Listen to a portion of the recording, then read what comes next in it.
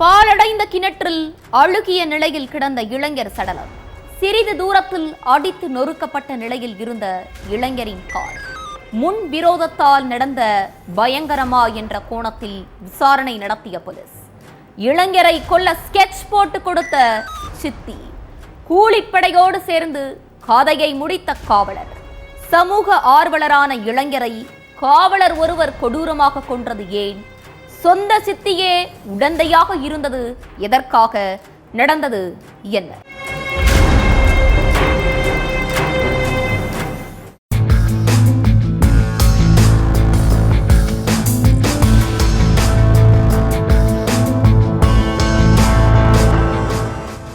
தெலங்கானா ஹனம்கொண்டா பக்கத்துல உள்ள பாழடைஞ்ச கிணத்துல அழுகுன நிலையில ஒரு ஆண் சடலம் கிடந்திருக்கு. அதை பார்த்த அந்த ஏரியா மக்கள் உடனே போலீஸுக்கு தகவல் சொல்லிருக்காங்க. தீயணைப்பு படை வீரர்களோட ஸ்பாட்டுக்கு போன போலீஸ் கிணத்துக்குள்ள இருந்த சடலத்தை மீட்டு அது யாருன்னு விசாரணை நடத்திருக்காங்க. கடந்த ஒரு வாரத்துக்குள்ள காணாம போனதா ஸ்டேஷனுக்கு வந்த கம்ப்ளைண்ட் லிஸ்டை எடுத்து விசாரிச்சிருக்காங்க.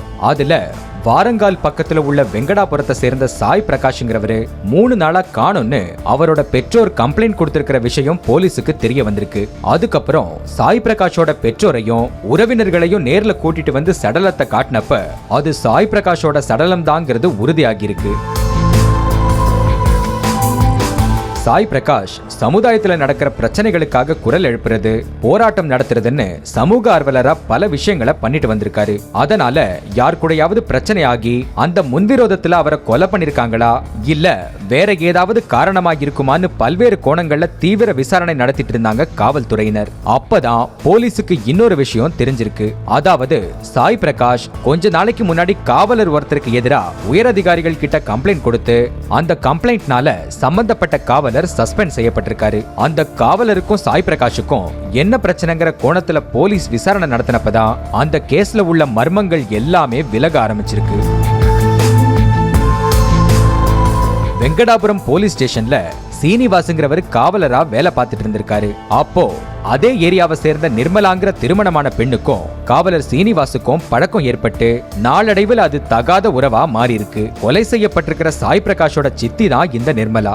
நிர்மலாவோட கணவரும் சாய் பிரகாஷோட அப்பாவும் கூட பிறந்தவங்க.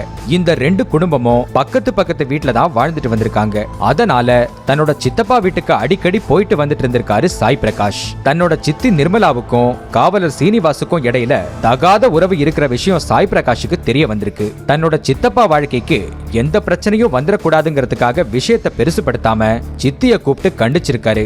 அதே மாதிரி காவலர் சீனிவாசையும் கண்டிச்சிருக்காரு. ஆனா அதுக்கப்புறமும் சீனிவாசும் நிர்மலாவும் அடிக்கடி தனிமையில சந்திச்சு பேசி பழகி வந்திருக்காங்க. இதை இப்படியே விட்டா குடும்பமானும் சந்தி சிரிச்சிரோன்னு நினைச்சு காவலர் சீனிவாஸ் தன்னோட சித்தியோட தகாத உறவுல இருக்காரு, கேட்டா போலீஸுங்கிற அதிகாரத்தை வச்சு கொலை மிரட்டல் விடுக்கிறாருன்னு சாய் பிரகாஷ் உயர் அதிகாரிகள் கிட்ட கம்ப்ளைண்ட் பண்ணிருக்காரு. அந்த புகார் அடிப்படையில விசாரணை நடத்திய ஆபீசர்ஸ் சீனிவாச சஸ்பெண்ட் செஞ்சிருக்காங்க.